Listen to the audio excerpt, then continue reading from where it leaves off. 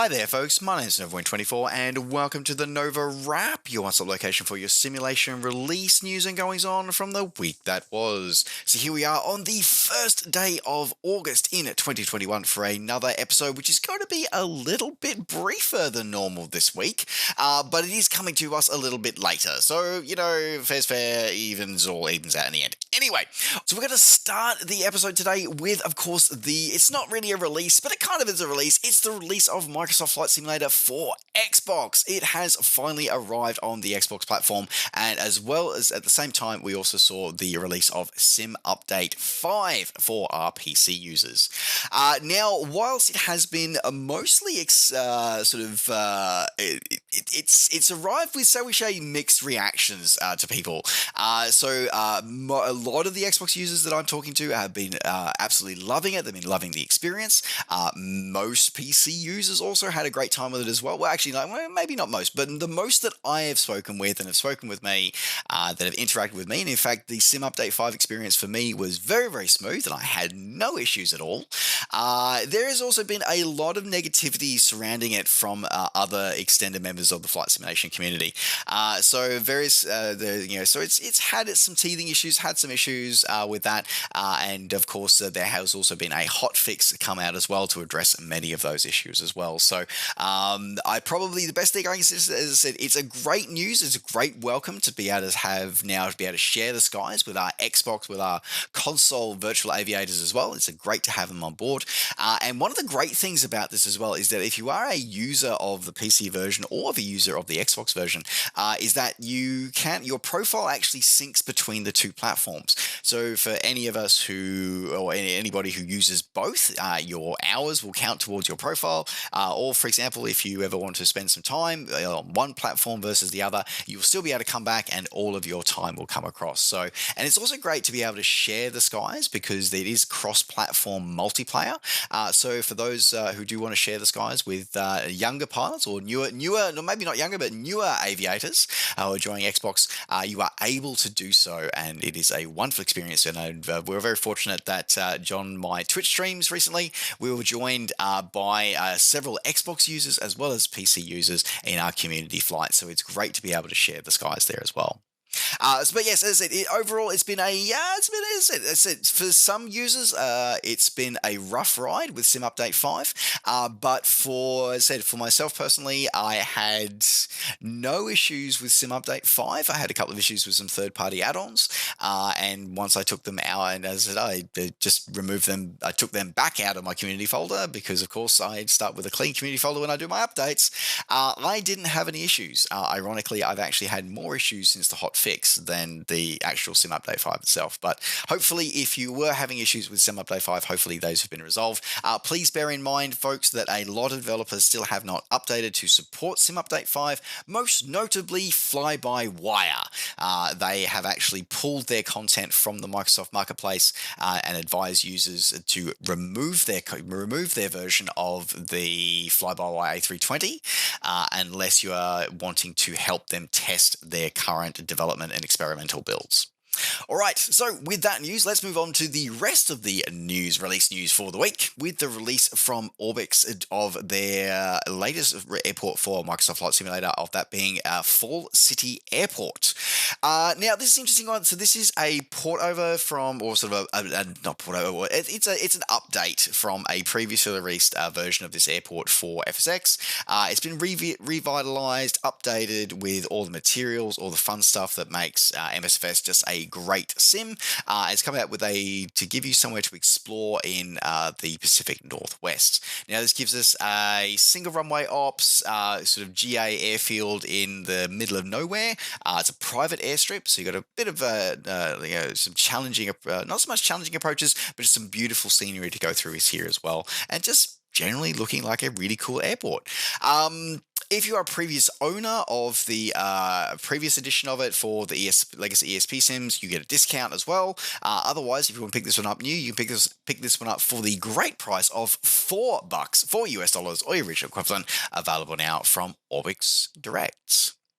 Continuing on with releases over on the Orbix platform, we saw this week from developer Seafront Simulations, 2 products released, and they're kind of I'll be honest, I have mixed feelings about these products. Like I'm both, pleased to see them, but also, yeah, got some questions. So the first of the two products is Vessel's Enhanced AI.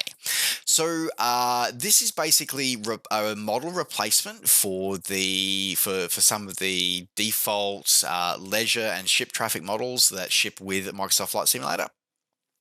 They update them with high quality models, full PBR support, full night lighting, navigation lighting as well, because the default ones are mostly don't have that, which is kind of a bit sad, but is what it is. And it makes them more visible, more applicable, and more useful, like in the sim. Also includes wakes with the Sim Update 5 as well. It includes that as well. So yeah, you got a full comprehensive full option going through there as well. Overall, looks pretty cool. Looks not bad. For the 14 models that you get, you're basically paying $1 a model because you come out of this spending this one for $13 US. So just yeah, as I said, just very clear on this one. This one simply replaces the default AI ship traffic models that come with the sim. Nothing else, just simply replaces the model. So that's the first product that was released. The second one that was released was global shipping. Now, this one actually does and this one how do I put this one? So this one is actually probably the one that's maybe more valuable because this one actually adds in new traffic routes. It also adds in new models as well, so it gives additional models including container, tank oil, gas tankers, in various utility ships as well. All those models get included. Full PBR again as well. LOD models, blah blah blah blah blah that we saw in the previous release. But yeah, you just get more of them. With that as well, you also get a large number of additional real world routes for those AI traffic ships to actually follow. Now, this isn't a pack where, if you're looking for a cargo carrier that you can see out your window at the moment passing by your city, you're not going to see it. So this isn't live traffic, but this is, derived from data from shipping information over the last several years, put together and collated into, they're claiming tens of thousands of unique real world routes.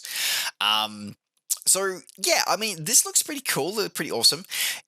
And this one's coming in for $20, this one. So it doesn't say how many additional ships that you get in here. From the screenshots, I can see at least 3 additional ships, but that's all I can see. I mean, maybe there's more. They do say that there are more ships coming in future updates. So this is an add-on that will grow and increase. But yeah, it's just one of those things where it's sort of like, okay, it looks good. It does what it says on the tin. But basically, in order to use global shipping, though, you also have to have purchased the enhanced AI pack. So what is you're now looking at, so to get the two together, if you've been playing along at home, you're looking at now spending $24 to get the two packs together. Now, admittedly, in the grand scheme of things of Flight Sim add-ons, that's not a huge amount of money.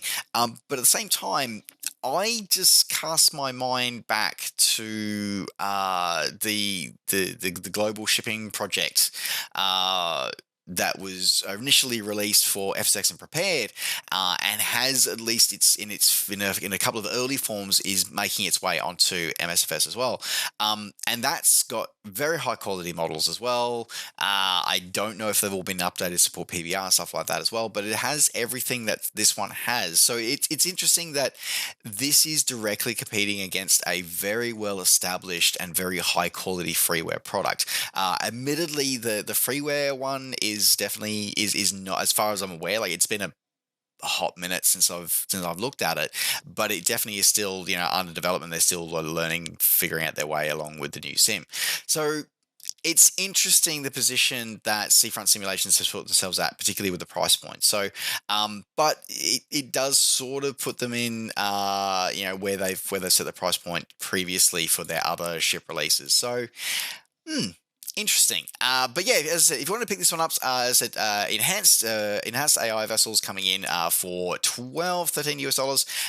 The global shipping one coming in for 20, available now from Orbix Direct. Continue on with, or rounding out, MSFS releases this week for the sim, with of course coming alongside the release of Sim Update 5. So Working Title have released their rendition of the Garmin G1000 NXI for the sim, and they've released it for free, which is awesome. So what this does is this completely overhauls the Garmin units that are installed in the default MSFS aircrafts and brings them more in line with the actual G1000s that you find in the real aircraft. So at the moment, at launch, it overhauls the aircraft. So as I said, anything that uses the sort of the default, the big PFD, MFD setup in the default sim is overhauled and can benefit from this release. This release gives a lot more of additional features and more accurately modeled features, including full functionality for RNAV and VNAV approaches, just general VNAV improvements for the way the system works, updates to marker placements, including top of descent marker placements. High performance map systems have been updated. You can do additional functions that are found in the real system, including all wind display modes have been included, as well as a variety of other features as well. Includes updated systems of inputting waypoints. You can actually do by your keyboard rather than having to click on the touchscreen, which is a godsend when you're in turbulence, and a variety of other updates across both PFD, MFD options as well as full support for MSFS's auto customization or auto locking in of identifiers of localizers and VORs. So a lot going on here, and the best part of this is that it is coming in for free, available from the Microsoft Marketplace, available now. All right, so now that we've wrapped up the MSFS news, let's move into the world of the legacy ESP sims with prepared release from the team from Team SDB. So this week, their latest release of their scenery packs of RAF Witten. So this is an interesting release, this one, of sort of recreating a what if scenario should the TSR2 and the Canadian CF105 Arrow not have been cancelled. So this recreates the airport as it appears, as it would have appeared sort of around the 1980s, but had those two airframes still remained in existence. It includes updated layouts of the airport, along with custom ground polys, custom night lighting to support both prepared V4 and V5, as well as custom updated nav aids and AI traffic. And you pick this one up for $12 or original equivalent, available now from PC Aviator. Moving out of the ESP world and moving into the world of X-Plane, this week I saw the release from Ted Cook Productions of their rendition of the Ford Trimotor Model 4AT. So this was the smallest of the Ford Trimotors that was put in production, and would